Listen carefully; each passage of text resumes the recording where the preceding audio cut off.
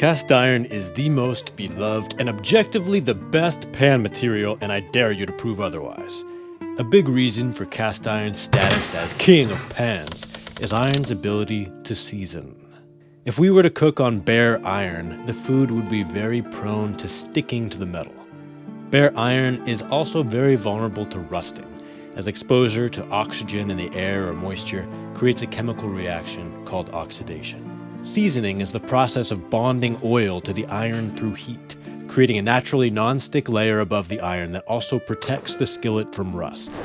When enough heat is applied, the individual molecules in the oil polymerize, strongly bonding together. Here is unseasoned iron. This specifically is a large skillet that I sanded and polished smooth last week, and I have not yet seasoned it, which is why it looks so silvery and shiny. You can see that whole project in last week's video, by the way.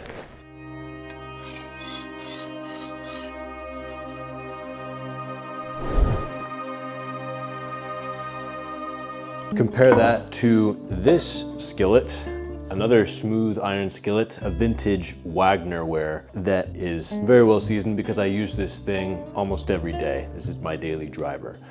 Just as clean as the other one, but obviously something different has happened here, and that is the seasoning. Now, most skillet users don't have to worry too much about seasoning because today's factories pre-season the pans in the factory. And so unless you're restoring a vintage one that you found or you did something to really mess up your seasoning, most people are not going to have to worry about the seasoning process. If you do end up with some bare iron like this, then you can and should jumpstart the seasoning process with some intentional application of oil and heat. But the beauty of it is that after you have that base layer, that seasoning is just going to continue to improve with regular cooking, unless you do something to mess it up. Though it is possible to mess up your cast iron skillet if you leave it out in the rain for a week, run it through the dishwasher, drop an angle grinder on it, scrub it with caustic chemicals, whatever. It's actually very difficult to unintentionally ruin a cast iron skillet beyond repair. This skillet, my mother has asked me to restore. It belonged to her mother, and my mom has happy memories of meals during her childhood being cooked in this skillet. That's one of the great things about cast iron, is that if you don't break it somehow, which is pretty rare, it lasts potentially forever throughout multiple generations of a family.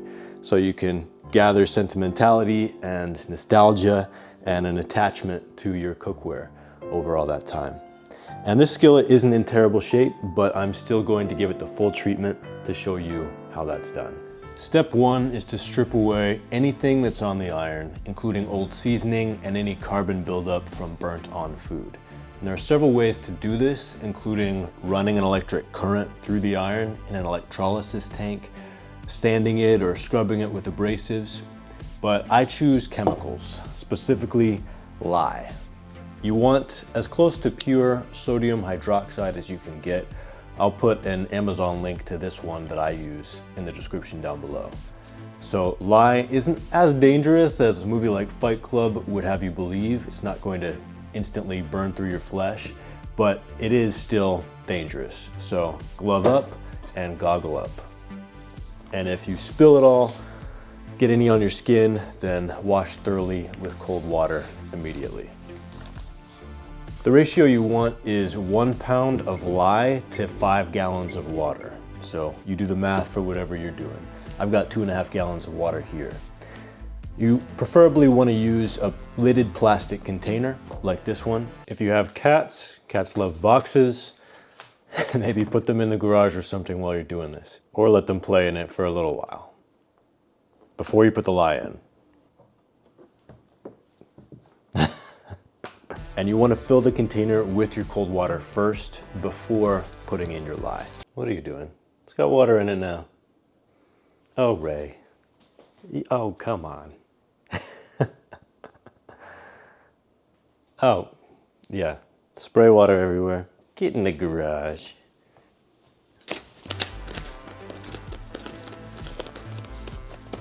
I'm not a child. I can open this.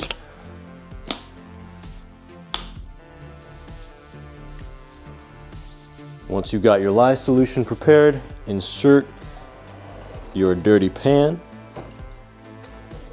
snap the lid on, and put it somewhere where kids won't be able to access it. Allow it to sit for at least 2 days. You want the chemicals to do as much work as possible so that you have to do less work in the next step, which is scrubbing it down. Here we are. Oh yeah. All that dark gunk is gunk that has come off of our old cast iron pan.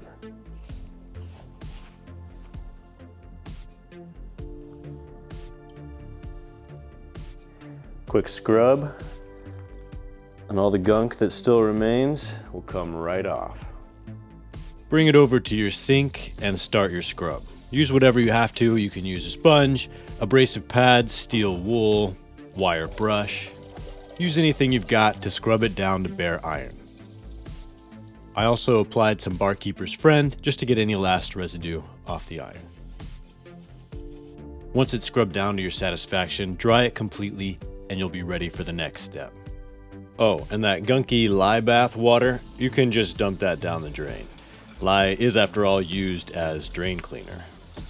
What you should end up with is something like this: a dull gray iron, unseasoned and kind of ugly. But it's no longer covered in crap. It may still have some staining from its history and from its previous use. That's fine, unless you want to make it a perfect pan, in which case you'll have to escalate to using sandpaper and actually polish the pan, like I did in part last week. And you can check out that video.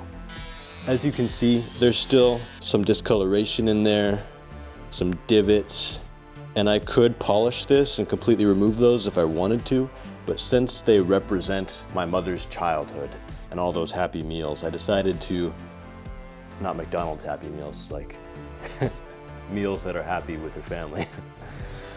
All those meals that she enjoyed as a child, I want to preserve the used vintage look that it has rather than make it look like new. If what you're left with is rusty, then it's time to use a vinegar bath. So you want to fill that tub with 50-50 water and white vinegar.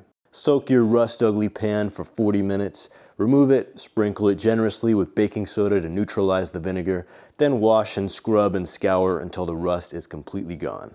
Dry it completely and then move on to the next step. Now things are getting exciting because it's time to apply oil. But which oil should you use? Well, everyone has a different opinion about this, and this is probably one of the most controversial issues in cast iron. A lot of people swear that raw, unrefined organic flax oil is the best and provides the best final seasoning coat. And that is what I use. But others just use soy or canola oil and it works fine. Others swear by Crisco or tallow or bacon grease, yada yada. Whatever you choose, it probably doesn't matter that much. Whatever oil you choose, squirt some on and wipe it over every square millimeter of the pan, inside and outside. Once it's completely coated, turn your cloth around or grab a new one and wipe all of the oil off. Seriously, get as much of it off as you can. You're not actually going to get all the oil off this way though, which is good, that's what we want. We want the thinnest layer of oil possible left on the iron. Any more than that, and the oil will gunk up and just burn, rather than polymerize into a nice layer of seasoning bonded to the iron. Place your skillet upside down on the center rack in a cold oven and heat that sucker up as high as it'll go. Probably 500 or 450 degrees.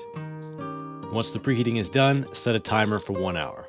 After that hour, turn the oven off, keep it closed, and just let it cool for a couple of hours. Now during this bake process, turn on the fan over your oven and open up some windows, because what we're doing here is burning oil onto the iron, and that's going to create some smoke and a smell. I don't think it's that bad of a smell. My woman would disagree, but ensure there's good ventilation and be ready for a smoke alarm to go off. Once that pan is cool enough to handle with bare hands, repeat. Apply more oil, wipe it down, bake it again. You can do this a total of between 3 and 6 times, or you can do it 50 times if you really want to, but 3 times is probably enough. Now, when you take it out of the oven, it's still not going to look pretty. More cycles will help take care of that, but you'll also see a dramatic difference when you just apply another layer of oil. That'll shine it up. But just keep going and trust that this process will lead to likely a pretty pan, and one with a foundation layer of seasoning that you can build on for years to come. I know I said 3 bakes is probably all you need. I did 4. What can I say? I like this stuff. Here is the final result. My mother's Wagnerware vintage skillet, fully restored. The divots and damage to the iron chose to leave to demonstrate its long history and many years of use. Now all that's left is to give it to my mother, who may or may not actually cook in it, but hey, at least it looks nice now. Also over here, I have the Lodge skillet that I polished clean and now have fully seasoned. If you want to see what that looks like, go watch last week's video where I completely cover that project.